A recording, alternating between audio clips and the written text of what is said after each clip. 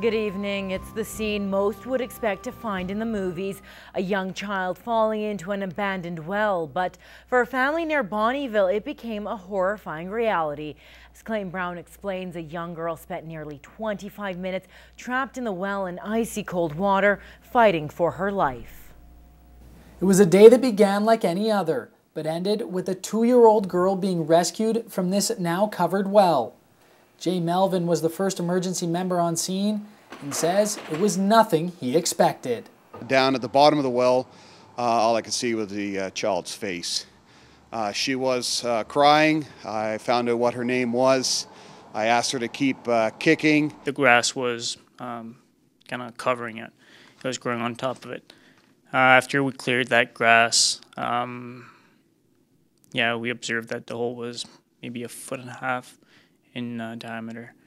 It was then when Constable Nadeau was lowered into the 18-inch hole in hopes to reach the girl, but the daring rescue was unsuccessful. I was down head first in that hole.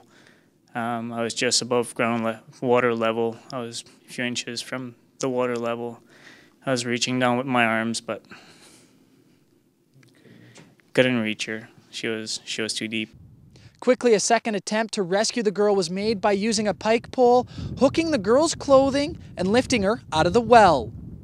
She was folded in half. She was blue, non-responsive, not breathing.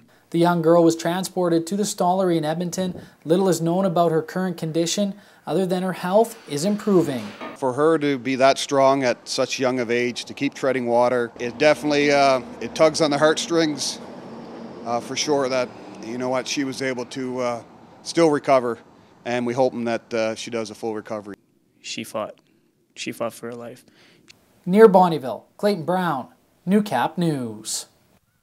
There have been many issues facing the border city in the last few weeks, including Lakeland College's recent cutbacks and the lowering of generic drug prices. Newcap News caught up with MLA Richard Starke, and he spoke about the main concerns his constituency is dealing with. We're working, with retail pharmacists and the Alberta Health to, come up with, a business plan that works, that allows pharmacy to remain a viable business, but still then provides the important services that pharmacists provide in the community.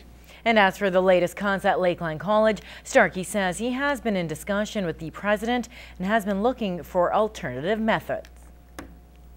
We're going to continue to work with our post-secondary institutions to make sure that they provide, the core programming that they've been mandated to provide.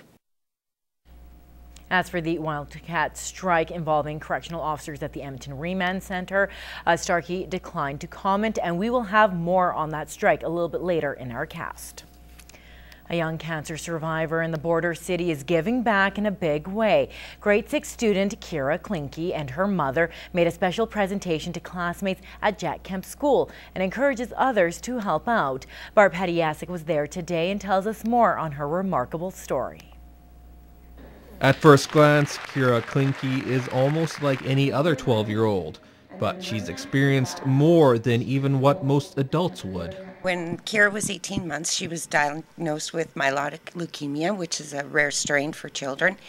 And we spent 6 horrible months in the hospital in Edmonton. Her cancer has been in remission for the last 11 years.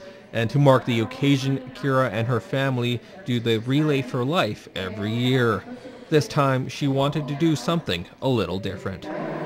And this year, too, because it's a special year, Kira doesn't have that cancer anymore, and so Kira's going to cut her hair, so it's only 1 inch short.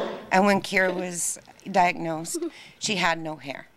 And we looked at the wigs and everything, but she was so tiny. But we do know people who have used the wigs, and so hair is very important to those children that are dealing with cancer. They also encourage students to collect money that the school will donate to the Canadian Cancer Society. Whatever we can get, because it doesn't matter. Anything counts and anything helps. For more information or to find out where to donate, visit the Relay for Life website. The walk starts in Lloydminster, May 31st. Bart Pediasic, Newcap News. In this week's Pet Project, Graham and Jenny introduce us to Keaton and Karina, a dog and cat looking for their forever home.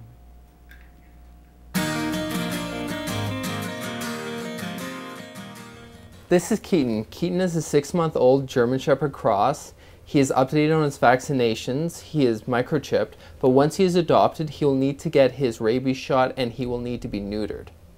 Keaton's a very sweet boy. He would be a star in obedience classes as he aims to please, and he also corrects very easily. He's quite laid back for a puppy and he's always very happy. He does get very excited when he gets to go outside, so he does need some work on his leash manners, but he would be a perfect puppy for any home. This is Karina. Karina is a 4-year-old long-haired lynx point. She is updated on vaccinations, she is spayed, and she is also declawed, and she really has the most beautiful blue eyes. Karina is a very affectionate cat and she likes to just laze around. She can be a little bit vocal sometimes when she wants attention, but she's generally such a really nice cuddly cat. She doesn't enjoy the company of other cats, so she'd probably do best in a home where she's the only cat in the house. But come on down to the SPCA and come and see Karina.